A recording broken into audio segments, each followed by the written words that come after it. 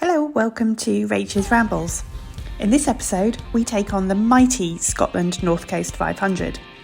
When I say we, that's me and my favourite human, and we're driving, not walking, but there are plenty of strolls and rambles along the way. We visited in April 2022 and the weather was brilliant. If anything, a little bit too hot for us two pale-skinned, sunshine-hating humans, but hey, there was plenty of respite along the way. So in this video, I'll be sharing what we saw, what we loved, what we learned, and everything in between to help you plan your North Coast 500 adventure. Are you ready? Let's go! The NC 500 is popular with motorhomes, but we stayed in B&Bs and hotels. If you do the same, be sure to book your accommodation in advance, as options can be limited in places, especially on the West Coast. We used a combination of Airbnb and Booking.com and found some really great places. We started in Inverness after a 2-day drive up from Norfolk.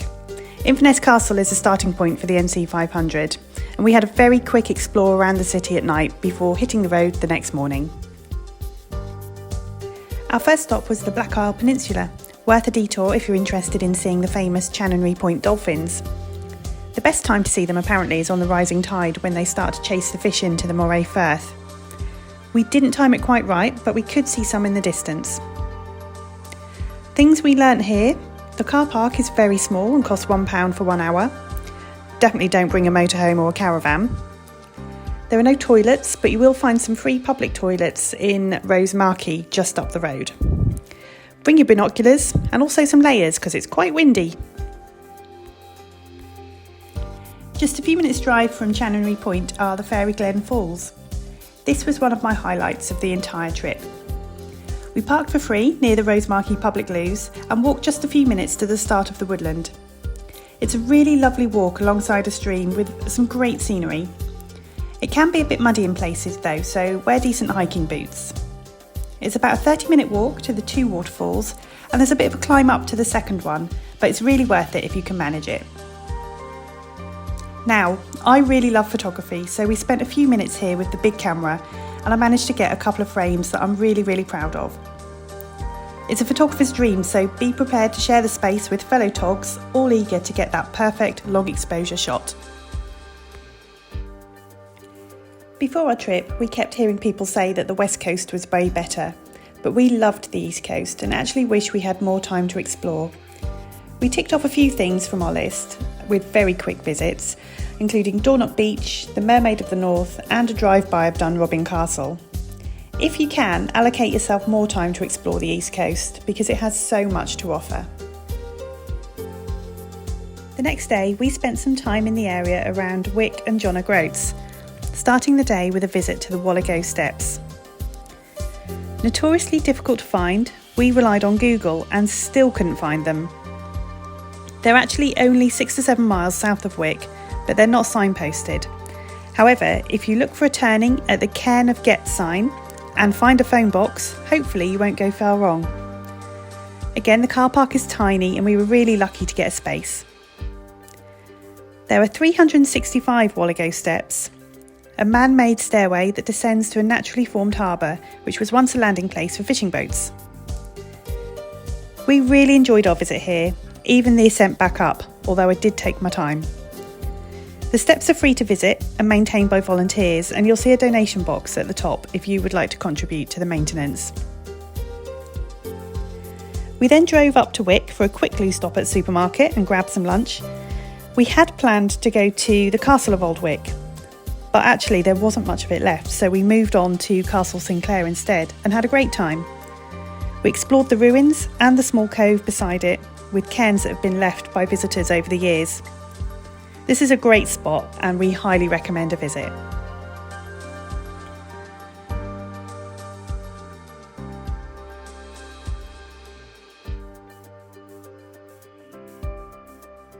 No visit to the Scottish Highlands would be complete without the obligatory photo at the John O'Groats sign, so we made sure to tick that one off our list.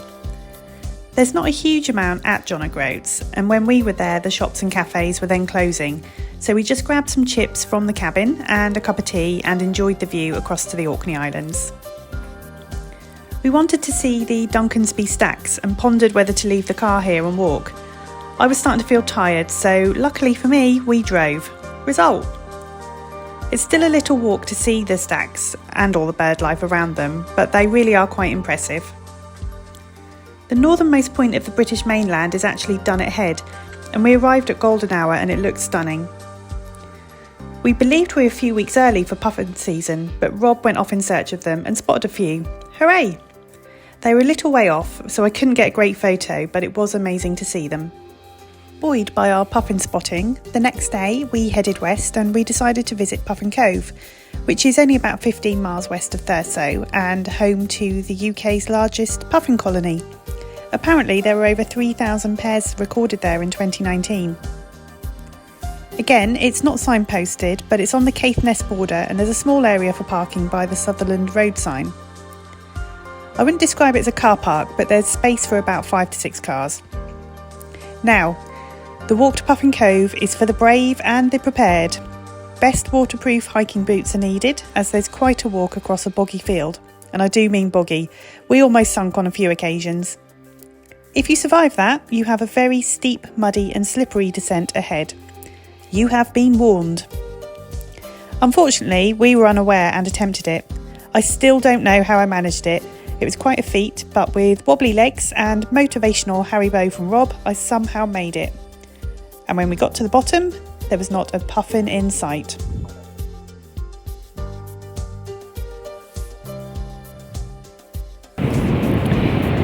We are currently on Strathy Beach in the Highlands of Scotland.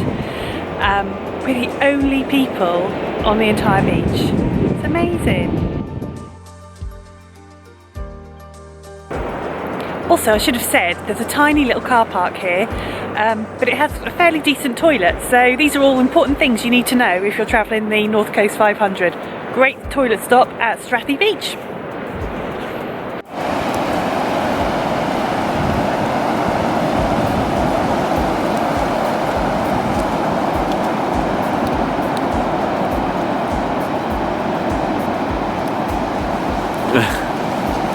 It's a bit chilly.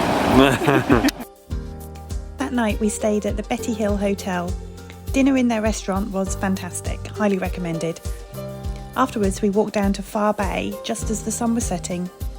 After a few false starts and technical hitches, we took the drone up for its maiden flight on the NC 500.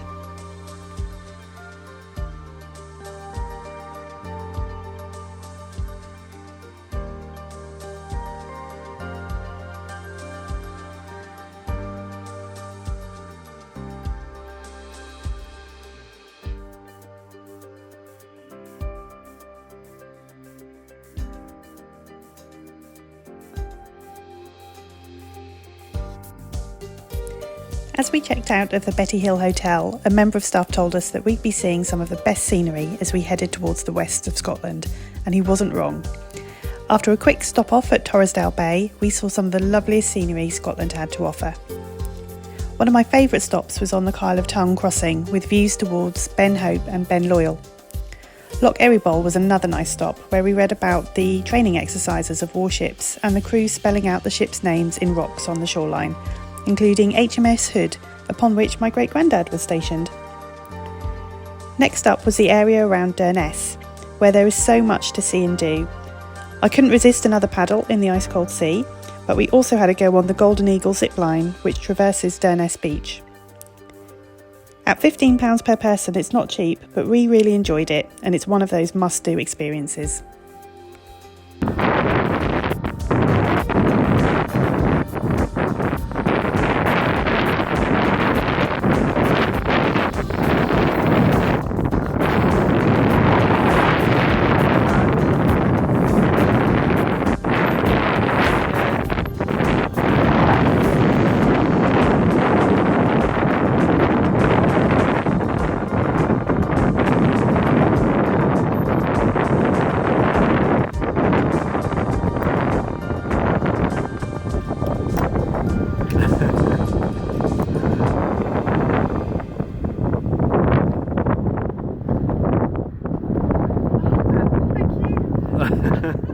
How's that? Oh my word, that's brilliant. Well done. There was a lot to see and do along this stretch of the NC 500, and next up for us it was Smoo Cave. It's a popular attraction for visitors and it was really busy on the day we were there, so parking was fairly limited. We were lucky and grabbed a spot on the road. There are also toilets here too, which are open all year round, which is good to know.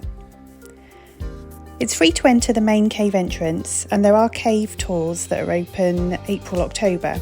These are £10 for an adult and £5 for a child. A word of warning, it's cash only as there's no signal in the cave itself for card payments. Unfortunately, we weren't prepared and just saw the main cave, but it's still worth a visit.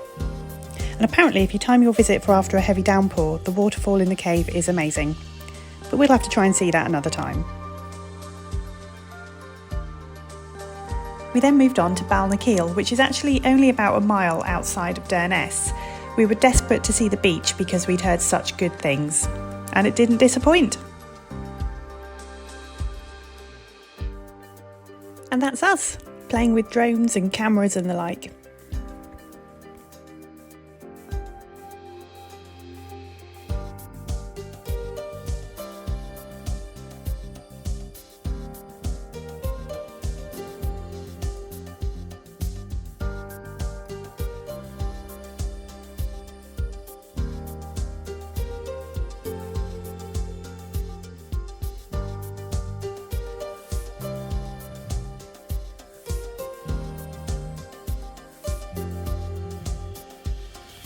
This was nearby Sango Sands campsite. What a brilliant view for our final stop off of the day.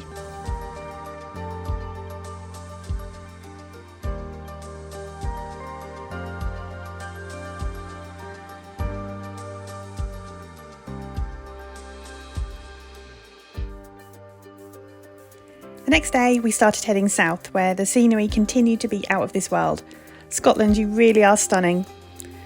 One of the highlights from this leg is the Kylesku Bridge. There's parking and a viewing spot where you can get some good photos of this impressive structure and the surrounding landscape.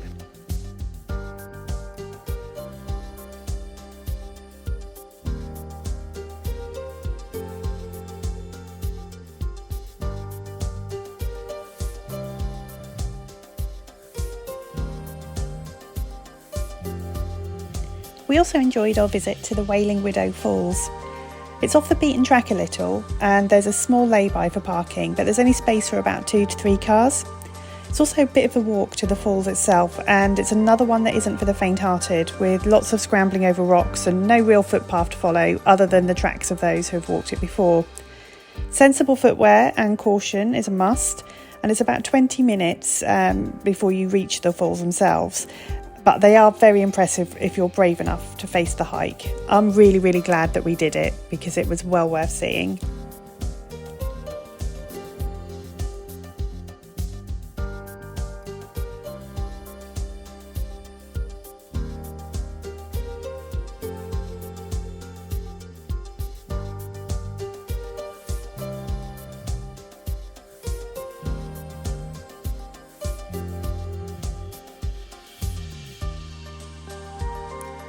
We then motored along, keen to get to Loch Eriboll before the Loch Eriboll larder closed for the day.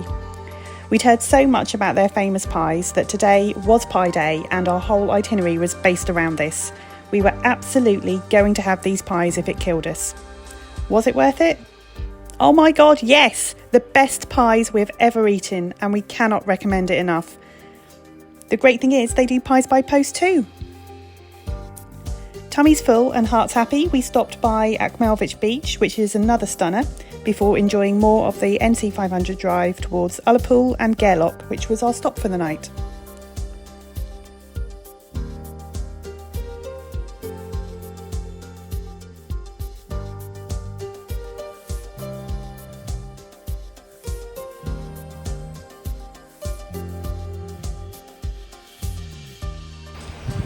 Good morning.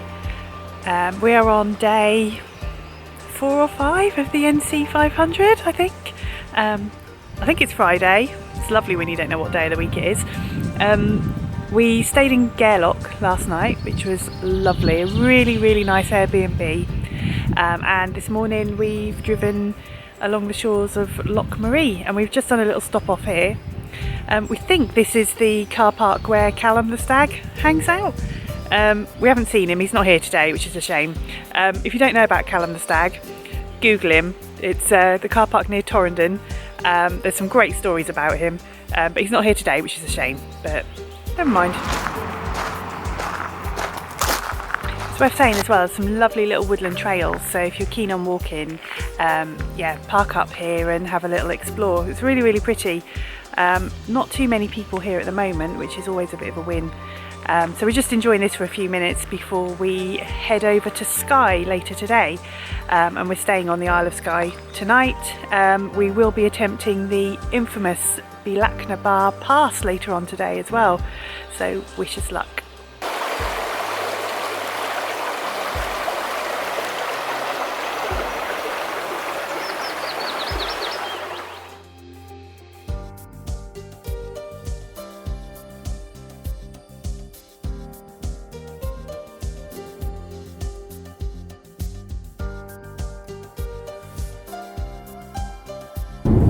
We're getting ready for the big one. We're coming up to Applecross and ready for the Balnakeil Pass. How you feeling about it, Rob? All good. Here we go. Right.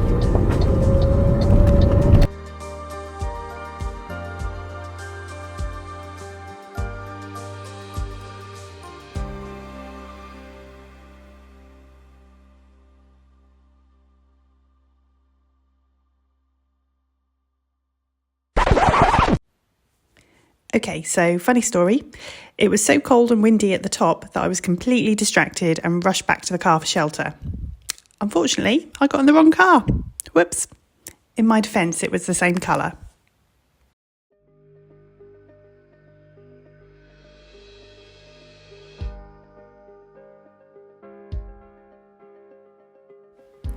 Balnakeil Pass, done. We had a great day for it, without too much traffic and with great views too. Soon it was time to leave the NC 500 route for a detour over to Skye. Lots of people do this, so I'm including Skye in this video. Now, we only stayed one night, and with hindsight I wish we'd stayed longer and had more time to explore. We stayed in a great place called Greshornish Hotel, where the food and the rooms were amazing and the staff were really nice too. The capital, Portree, was really, really pretty but quite busy, as was the car park for the Old Man of Store, which isn't much of a drive away from Portree itself. My advice to anyone planning a visit to Skye is to give yourself a bit more time than we did, at least a couple of days. We only had time to do a few stop-offs at key sites like the Old Man of Store, Portree and Nice Point Lighthouse, which you might recognise from screensavers. Unfortunately, we didn't have time to see attractions like Dunrobin Castle and the fairy pools, but it's a good excuse to go back sometime. When we left Skye, we stopped off at Eilean Donan Castle. Apologies if I've pronounced that incorrectly. Built in the 13th century, the castle is one of those iconic Scottish images and one of the most visited attractions in the Highlands. And when we visited, a wedding party had just arrived and a piper led them over the bridge to the castle.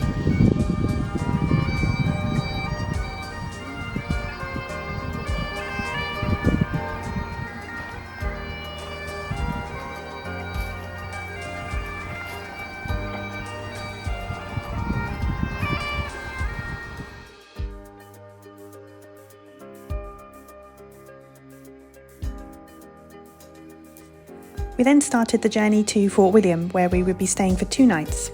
Even though we had left the NC 500 route, the drive and scenery were still first class as we headed towards the Grampians and Ben Nevis, and I secretly hoped that my favourite human wouldn't be taking me on a mountain hike. Hello, today we've come to the Glen Finnan Viaduct, which is just outside Fort William, and it's famous for being in the Harry Potter films. Well, I say films, I think it's only in one, I'm trying to remember which one, which is a bit rubbish for a Harry Potter superfan.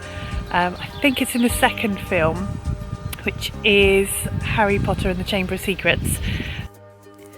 Okay, so what actually happened here was that we and many others that day had read the timetable incorrectly, and there was no crossing of the Jacobite steam train that afternoon. Boo. However, not deterred, we hot-footed it back to Fort William and hopped on the ScotRail service for a fraction of the cost and crossed the viaduct under our own steam. No pun intended. And that was pretty much the end of our Scotland NC 500 adventure. bar a stop off near Glen Cove to recreate an iconic movie scene. If you recognise it, name the film in the comments. So things we learned and top tips if you're planning your own Scotland North Coast 500 trip. Give yourself plenty of time. There's so much to see that even the best of planners are likely to get distracted by scenery and unplanned stop-offs. Have a wish list of things you'd really like to see and prioritise these if you can. It's impossible to see everything. Book your accommodation in advance, especially if, like us, you use hotels and B&Bs, as accommodation is limited in places. I'd recommend more than one night in each place if you can, as it can get tiring bouncing from place to place. There's plenty of petrol stations. Just fill up when you can and don't wait until you're on the red. Journey time is longer than what you'd expect, so account for that and the fact that it might take a while to park and walk to key attractions. Respect the locals. It's your holiday, but it's their home. Leave no trace, be respectful and buy local. And finally, enjoy it. The North Coast 500 really is amazing.